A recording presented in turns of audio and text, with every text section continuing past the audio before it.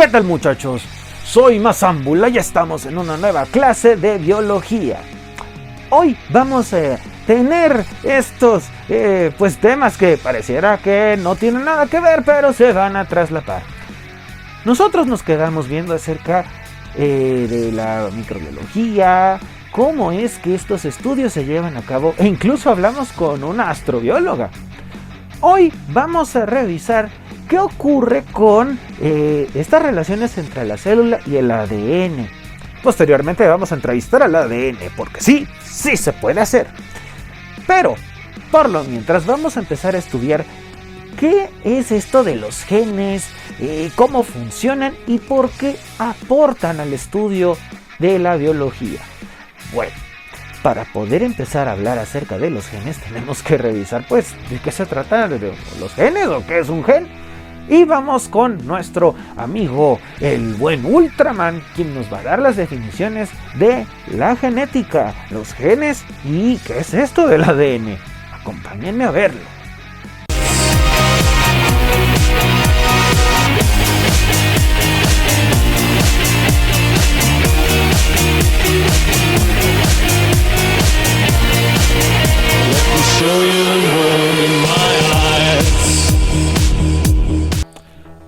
Un gen es una partícula genética el cual se va a encontrar en una cadena de un cromosoma, el cual va a determinar las características, ya sean heredadas o espontáneas, que le darán forma a los seres vivos. Asimismo, dictará los rasgos que van a darle identidad a cierta especie.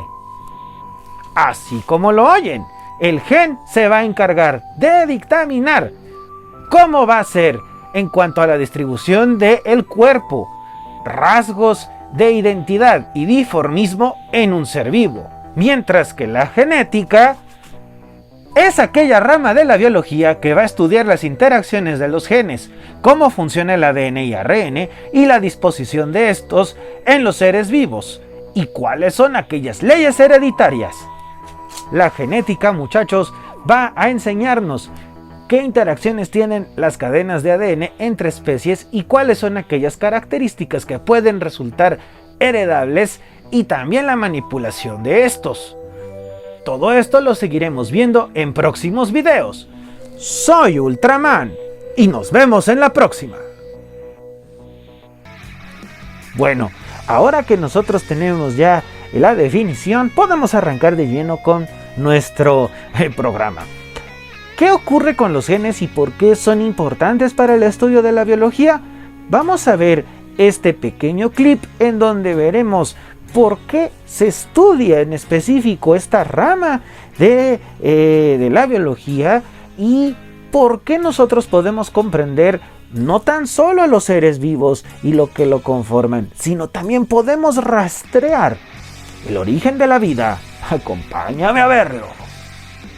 Nuestro planeta presenta condiciones aptas para el desarrollo de una gran diversidad de organismos. Pero ¿cómo y cuándo comenzó la vida en la Tierra? Cuando la Tierra se formó, hace unos 4.500 millones de años, era una inmensa bola incandescente que lentamente se fue enfriando. La atmósfera primitiva no contenía oxígeno.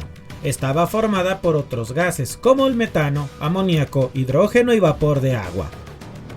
Luego de miles de años, comenzó a llover torrencialmente y así se formaron los mares primitivos. Las moléculas sencillas que conformaban estos mares comenzaron a reaccionar a causa de las descargas eléctricas y de las radiaciones ultravioletas provenientes del Sol. En estas condiciones se generaron moléculas cada vez más complejas. Algunas de esas moléculas se unieron rodeándose de una fina membrana. En el interior de esas estructuras ocurrieron reacciones químicas que les permitieron crecer y reproducirse. Estas moléculas siguieron cambiando y formaron las primeras células procariotas anaerobias. Se supone que, en cierto momento, la materia orgánica comenzó a escasear. Hace unos 3.2 millones de años se produjo un cambio que propició a algunos organismos el poder alimentarse a partir de algunas sustancias inorgánicas. Este fue el comienzo de la fotosíntesis. muchos organismos se extinguieron debido a que el oxígeno liberado les resultaba tóxico. Otros organismos sobrevivieron y en ellos surgió un mecanismo que permitió el uso del oxígeno para obtener energía. Un poco más adelante, hace unos 1.2 millones de años, una pequeña célula aeróbica fue ingerida por una sustancia anaeróbica de mayor tamaño, pero resistió la digestión. Con el correr del tiempo se convirtió en mitocondria. De la misma manera, procariotas fotosintéticas fueron ingeridas por células no fotosintéticas y se convirtieron en los precursores de los cloroplastos. Con la aparición de la membrana nuclear que contiene el ADN, se originaron las células eucariotas. Así comenzó un proceso que aún persiste, el proceso de evolución biológica. Este es el origen de la gran diversidad de los seres humanos que han poblado y pueblan actualmente la Tierra. Pues allí lo tienen, chicos. Ahora vamos a pasar con nuestro invitado especial. Dentro de la Universidad Nacional Autónoma de México existe un departamento, un rubro, el cual se encarga de estudiar el origen de la vida y hacer diferentes aportaciones y contactos con universidades para poder trabajar juntos y tener esta respuesta. Vamos a hablar con el doctor Arturo Becerra, quien nos dirá en la siguiente entrevista, pues, ¿de qué se trata esto de los genes y cuáles son sus aportaciones al estudio? Te voy a dejar el siguiente clip para que veamos de quién se trata. Acompáñame a verlo. El doctor Arturo Carlos II Becerra Bracho es licenciado por parte de la Facultad de Ciencias Biológicas de la Universidad de Guadalajara en Biología. Asimismo, tiene una maestría en Ciencias Biológicas por parte de la Facultad de Ciencias de la Universidad Nacional Autónoma de México. Y también por parte de la misma institución, tiene un doctorado en Ciencias. Asimismo, hizo una estancia postdoctoral con la doctora Janet Seiffert en el Departamento de Estadísticas de la Universidad de Rice en Houston. Asimismo, también hizo una estancia de investigación en el Instituto Cabanilles de Biodiversidad y Biología Evolutiva en la Universidad de Valencia, España. Actualmente se encuentra como profesor titular de tiempo completo en el Departamento de Biología Evolutiva. Actualmente, su disciplina profesional y de investigación está en el origen y evolución temprana de la vida, la reconstrucción de genomas y rutas metabólicas ancestrales y la genómica comparada o la bioinformática. Bueno, chicos, pues vamos a darle la bienvenida a nuestro amigo, quien desde la Ciudad de México vamos a establecer contacto. Así es que, doctor, un saludo especial hasta allá. Saludo especial a la telesecundaria José María Vasconcelos y a Mazambula. Bien, muchachos, vamos a iniciar esta serie de preguntas. Pongan mucha atención, por favor. Bien, doctor, la primera pregunta que le quiero hacer es, para usted, o si nos pudiera definir, ¿qué es un gen? ¿Qué es un gen? Es una partícula de herencia. Es la unidad que usamos los biólogos para tratar de identificar algunos rasgos que se heredan. Hay discusión sobre dónde empieza, dónde inicia, pero en términos generales ubicamos más o menos bien lo que es esa parte del gen que está asociado a uno o varios rasgos fenotípicos. Es una partícula hereditaria. Yo sé, muchachos, que esta definición ya la habíamos visto con Ultraman, pero siempre es muy interesante tener varias opiniones, tener varios acercamientos y la opinión de un experto y de demás personas que nos puedan apoyar para comprender mejor un tema o un concepto. Ahora bien, ¿por qué es importante la investigación en genes, doctor? ¿Por qué es importante la investigación en genes?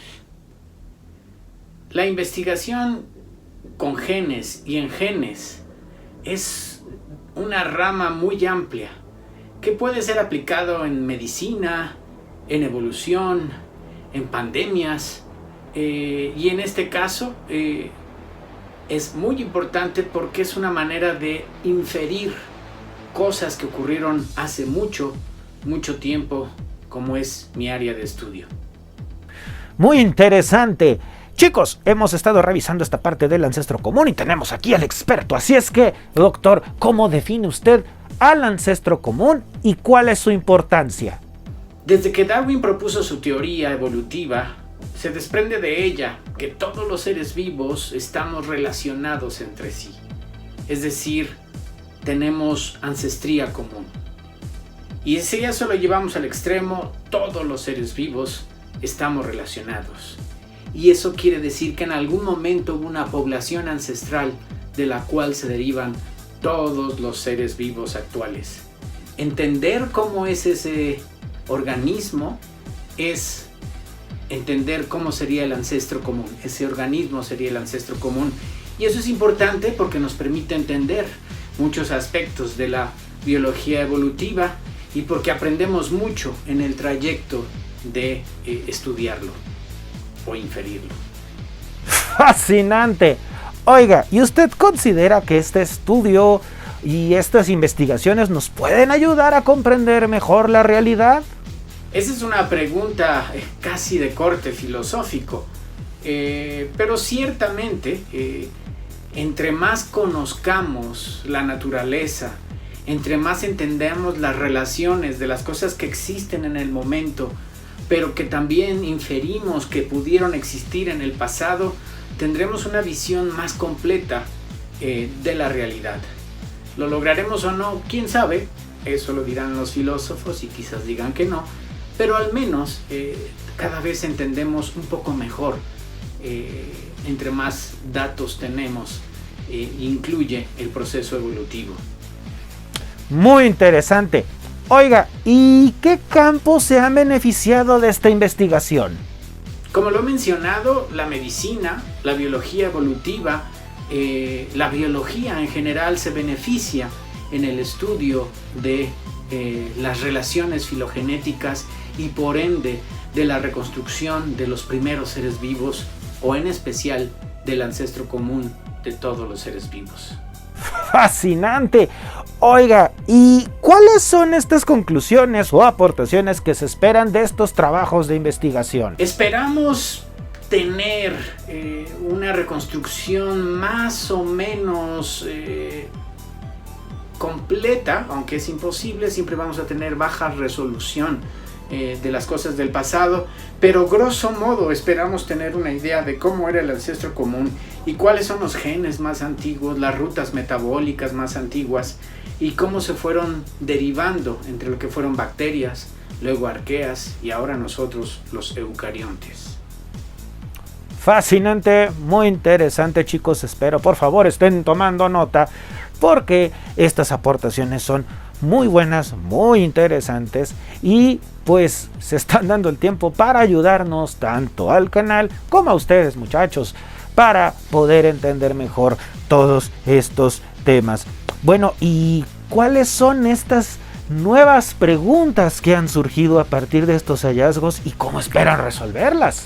Desde luego, hay varias preguntas nuevas que en realidad es lo que mejor hacemos en ciencia. Tenemos una pregunta y cuando tratamos de resolverla surgen nuevas preguntas.